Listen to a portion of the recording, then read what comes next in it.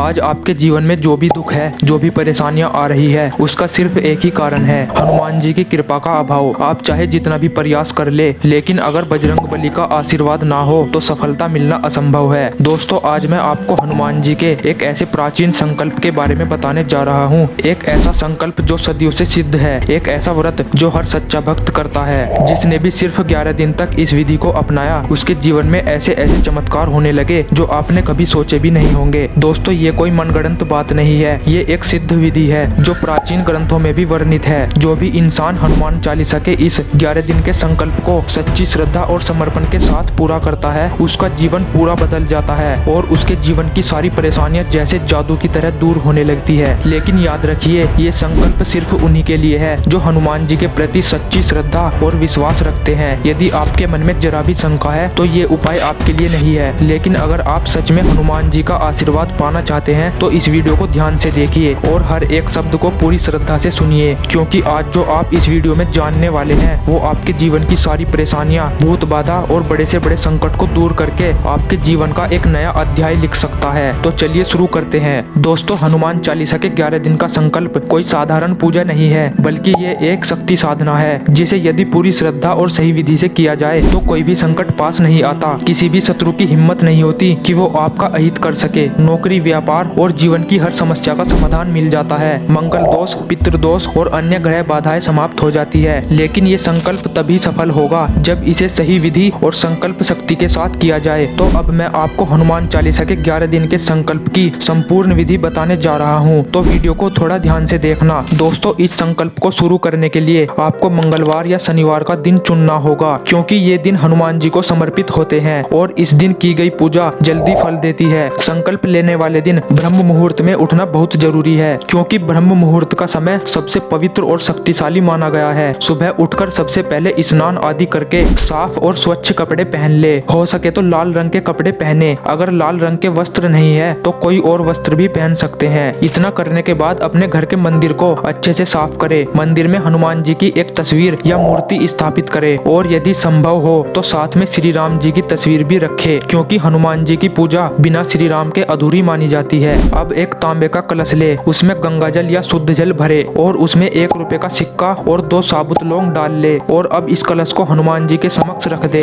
यदि आपके पास नारियल है तो उसे लाल कपड़े में लपेटकर कलश के ऊपर रख दे, अन्यथा आप कलश को किसी भी प्लेट से ढककर भी रख सकते हैं। याद रखिए, ये कलश पूरे 11 दिन तक वहीं रखा रहेगा और 11वें दिन विशेष पूजा के बाद ही इसे हटाया जाएगा। दोस्तों, अब अपने आसन पर बैठे और ध्यान रखें कि आसन लाल रंग का हो, क्योंकि यह ऊर्जा को बढ़ाता है और पूजा को प्रभावशाली बनाता है। दोस्तों, अब आप हनुमान जी के समक्ष अपने दाहिने हाथ में थोड़ा सा जल, चावल और फूल लेकर और अपनी आंखें बंद करके हनुमान जी का ध्यान करें और बोले, हे पवन पुत्र हनुमान, मैं अपने जीवन के सभी कष्टों से मुक्ति पाने के लिए आपके चरणों में 11 दिन का संकल्प लेकर हनुमान चालीसा का पाठ करने जा रहा हूँ। कृपा करके मेरी मनोकामनाओं को पूर्ण करे और मुझे अपनी भक्ति में हमेशा बनाए रखने का आशीर्वाद प्रदान करे। अब अपने हाथ में लिया जल भूमि पर छोड़ दे और हनुमान चालीसा का पाठ प्रारंभ करे। ध्यान रहे, हनुमान चालीसा के पाठ के लिए एक ही स्थान और एक ही समय निश्चित करे। अगर आप सुबह पाठ करते हैं तो सूर्योदय से पहले करे और यदि शाम को करना चाहे तो शाम 7 बजे के बाद करे, लेकिन समय वही रखे। 11 दिन तक समय में बिल्कुल भी बदलाव नहीं होना चाहिए, क्योंकि संकल्प के 5 दिन बाद हनुमान जी आपके समीप आते हैं। दोस्तों, हनुमान चालीसा का पाठ कम से कम 7 बार करना अनिवार्य होता है, लेकिन यदि संभव हो तो 11, 21, 51, 101 या 108 बार भी पाठ कर सकते हैं। और हनुमान जी के भोग के लिए रोज गुड़, चना या लड्डू या फल का भोग ही लगाए। हनुमान जी की पूजा में नमक का भोग नहीं लगता। दोस्तों, हनुमान चालीसा के 7 बार पाठ करने के बाद हर दिन धूप दीप के साथ उनकी आरती करे। लेकिन दोस्तों, साथ ही आपको इन बातों का ध्यान अवश्य रखना होगा। इन 11 दिनों के बीच मांस, मदिरा, प्याज, लहसुन का सेवन न करे। कोशिश करे कि परिवार के अन्य सदस्य भी इस नियम का पालन करे। साथ ही इस दौरान ब्रह्मचर्य का पालन करना भी बहुत आवश्यक है, क्योंकि यह ऊर्जा को शुद्ध और शक्तिशाली बनाए रखता है। दोस्तों, 11वें दिन की पूजा थोड़ी विशेष होती है। इस दिन हनुमान चालीसा का पाठ 7 बार करके कपूर से हनुमान जी की आरती करे। इस दिन गौ माता को रोटी और गुड़ खिलाए, गरीबों को भोजन कराए, अन्यथा वानर सेना को भी भोजन करा सकते हैं। इसके बाद हनुमान जी के चरणों में अपनी मनोकामना अर्पित करे। दोस्तों, अब जान लेते हैं कि संकल्प के बाद क्या करना है। जब 11 दिन पूरे हो जाए तो हनुमान जी के समक्ष बैठकर उन्हें धन्यवाद दे और उनसे आशीर्वाद मांगे मांगे कि यह संकल्प सफल हुआ। अब कलश में रखा जल तुलसी या पीपल में अर्पित कर दे। दोस्तों अब जान लेते हैं इस संकल्प को करने के चमत्कारी लाभ क्या क्या है। दोस्तों हनुमान चालीसा का पाठ करने से ग्रह दोष, शनि की महादशा,